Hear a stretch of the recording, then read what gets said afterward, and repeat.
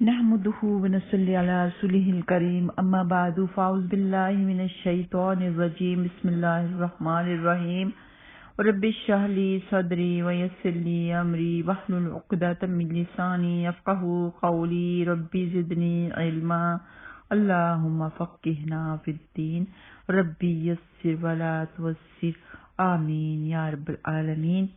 تو آج ہم انشاءاللہ تعالی سورۃ البقرہ پارہ نمبر 2 کی آیت نمبر 172 سے لے کے 174 تک تفسیر کریں گے، اس کے بعد لفظی ترجمہ انشاءاللہ تعالی۔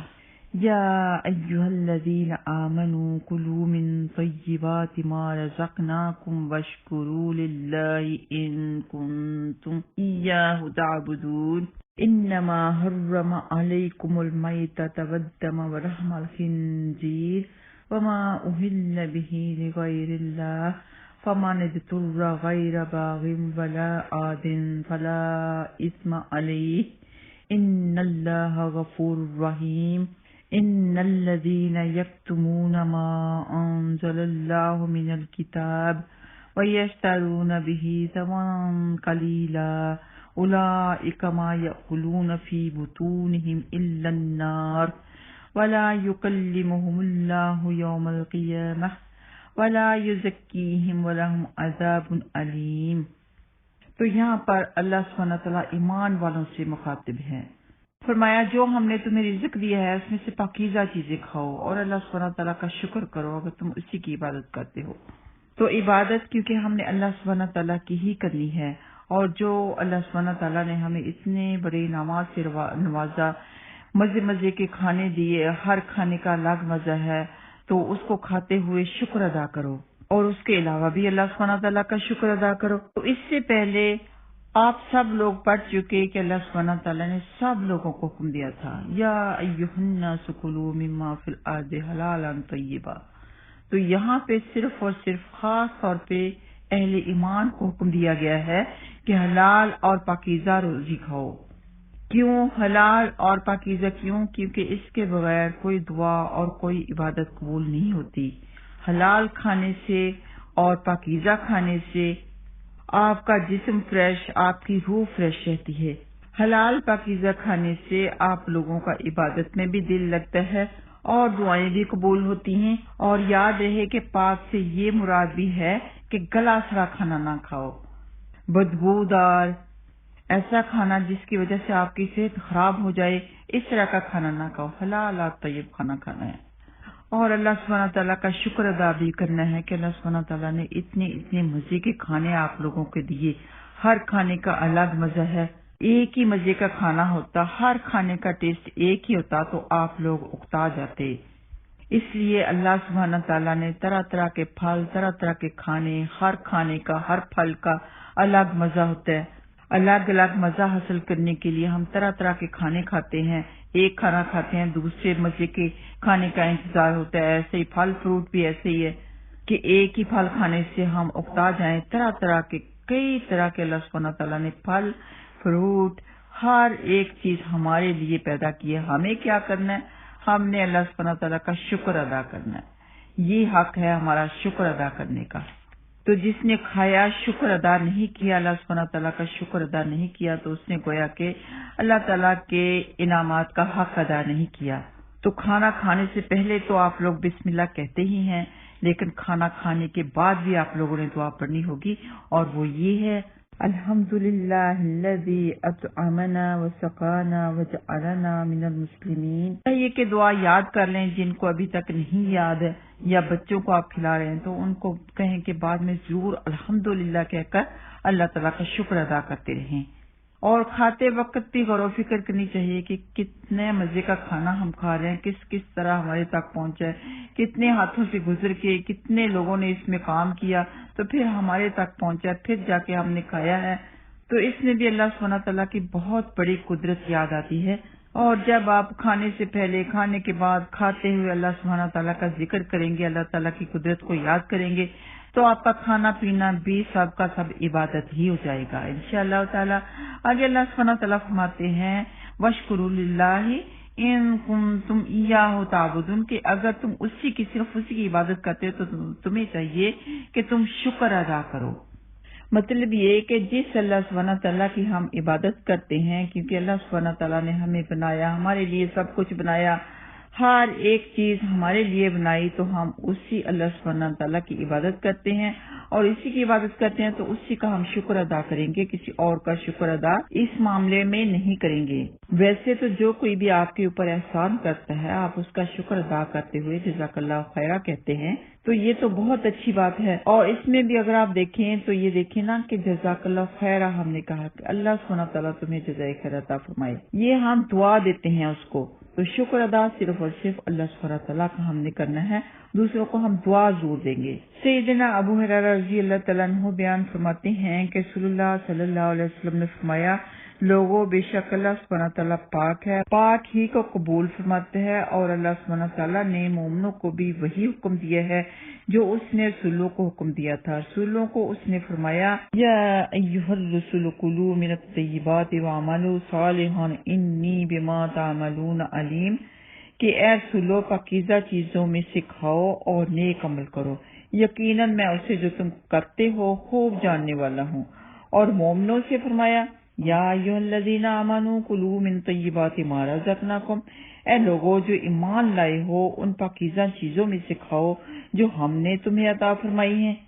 تو فرماتے ہیں کہ پھر آپ صلی اللہ علیہ وسلم نے ایک ایسے شخص کا ذکر کیا جو لمبا سفر کرتا تھا، پریشان حال اور غبار آلود ہے، اپنے دونوں ہاتھ آسمان کی طرف اٹھا کر کہتا ہے، یا رب یا رب، مگر اس کا کھانا حرام ہے، اس کا پینا حرام ہے، اس کا لباس حرام ہے، حرام مال ہی سے اس نے پرورش پائی ہے، تو اس کی دعا کیسے قبول ہوگی؟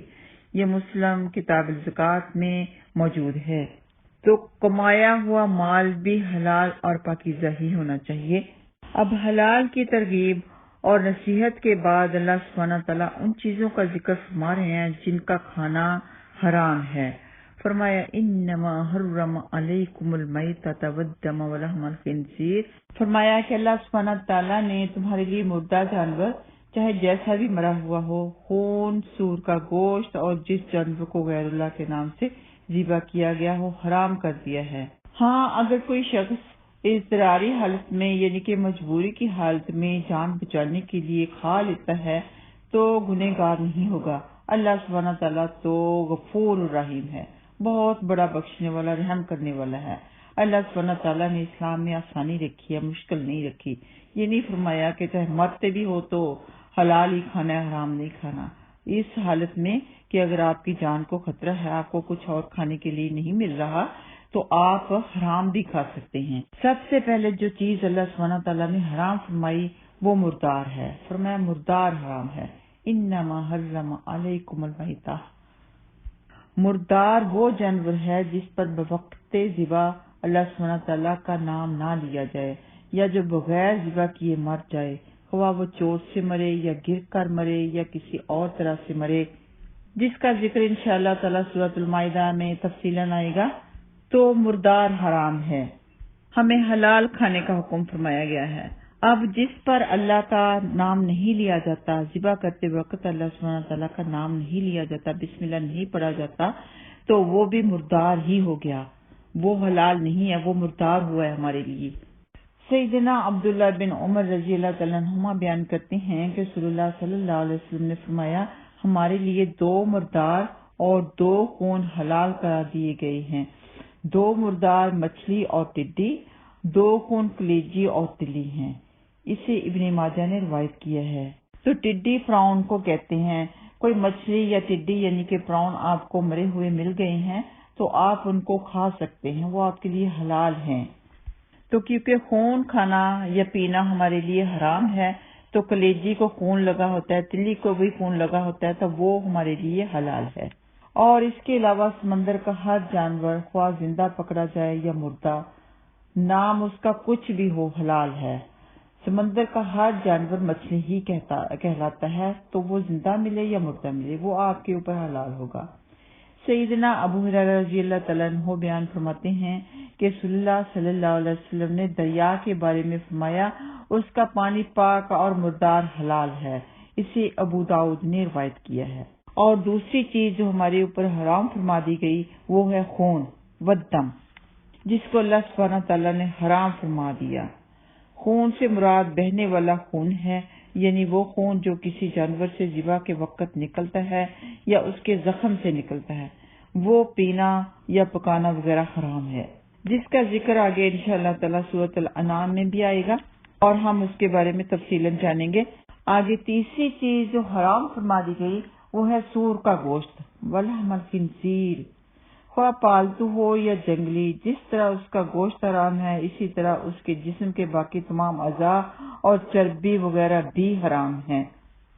اس سے جو جیلاٹین بنتی ہے وہ بھی حرام، اس کا بٹر، اس کی ہر ایک چیز حرام ہے۔ سیدنا برادہ بن حسیب اسلمہ رضی اللہ تعالیٰ عنہما بیان کرتے ہیں کہ رسول اللہ صلی اللہ علیہ وسلم نے فرمایا کہ جو شخص چوسر کھیلے تو اس نے گویا اپنا ہاتھ سور کے گوشت اور خون سے رنگا۔ یہ مسلم میں موجود ہے۔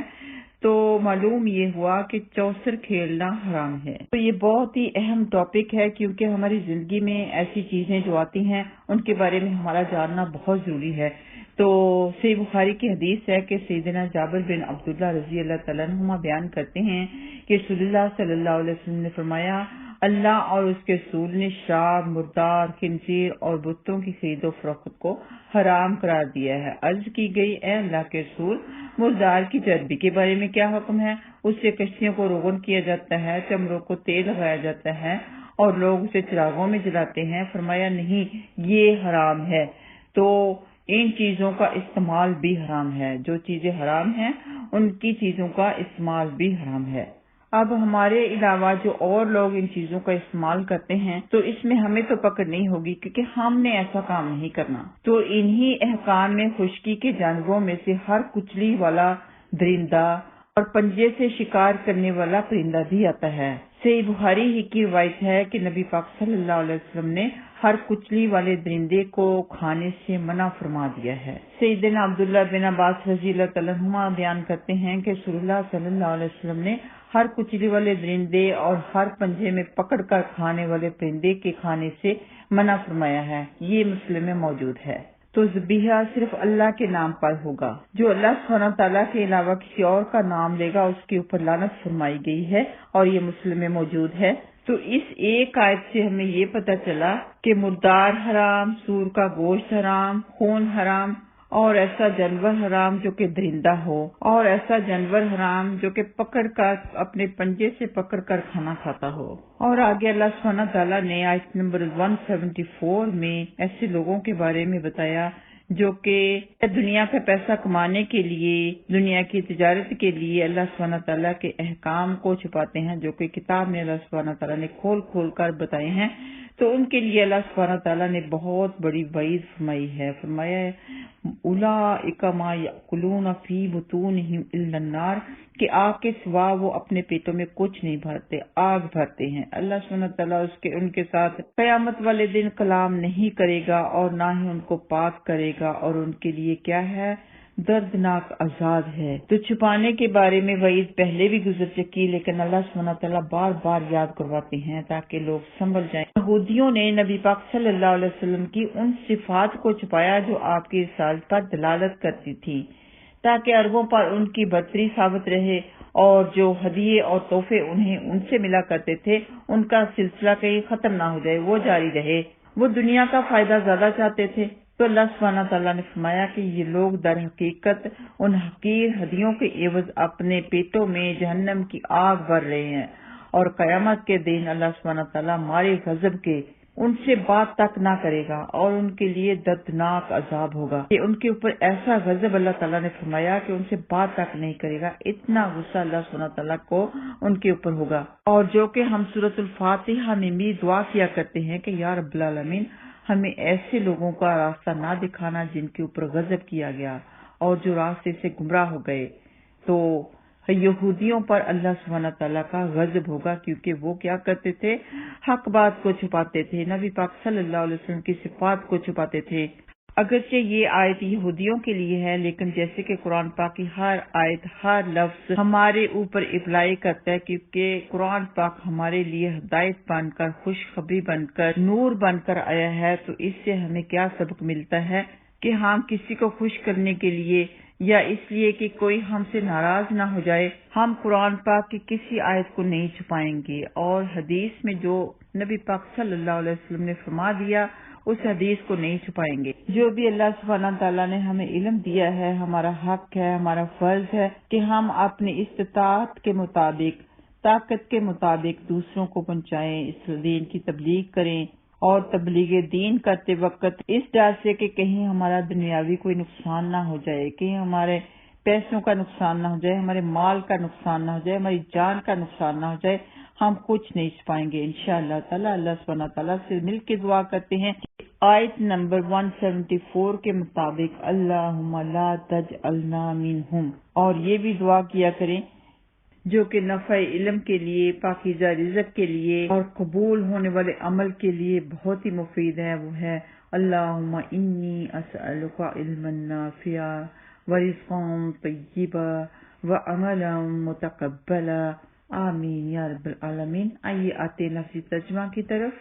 یا ایہا الذین، اے وہ لوگو جو آمنو سب ایمان لائے ہو، کلو تم سب کھاؤ، من طیبات پاکیزہ چیزوں سے، ما جو رزقناکم ہم نے دی ہیں تم کو، وشکرو اور تم سب شکر ادا کرو، للہ اللہ کا، یا اللہ کے لیے، ان کنتم اگر ہو تم سب، ایہو اسی کی تعبدون عبادت کرتے، انما بشک صرف حرما اس نے حرام کر دیا ہے، علیکم تم پر، المیتہ مردار، والدم اور خون، واللحم اور گوشت، الخنزیر خنزیر کا، سور کا، وما اور جو اہلا پکارا گیا ہو بھی اس پر، لغیر اللہ نام غیر اللہ کا، وہ بھی حرام، فمن پس جو اضطر، اس کا روٹ ورڈ ہے ضرر، ضرر کہتے ہیں نا اپنی اردو زبان میں کہ ضرر نقصان یا تکلیف، تو مطلب یہ کہ جسے کسی کو تکلیف ہو، وہ مجبور ہو، اسے علت ہو، تو فمن پس جو اضطر مجبور کیا جائے، غیر نہ کہ باغن سرکشی کرنے والا ہو، ولا اور نہ ہی عاد حد سے تجاوز کرنے والا ہو، کہ حد سے بڑھنے والا نہ ہو، فلا پس نہیں، اسما گناہ علیہ اس پر، ان اللہ بے شک اللہ سبحانہ تعالیٰ غفور بخشنے والا، الرحیم بہت مہربان ہے۔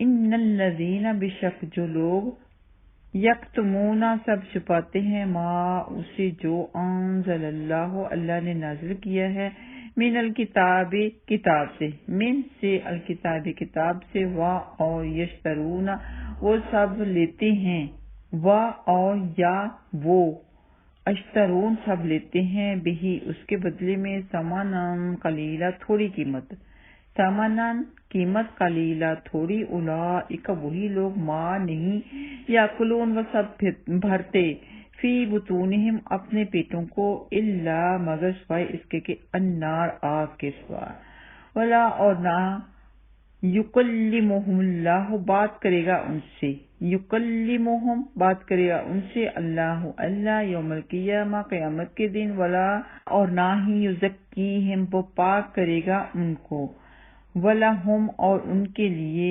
عذاب عذاب ہے، علیم دردناک، المناک عذاب ہے ان کے لیے۔ استغفر اللہ العظیم۔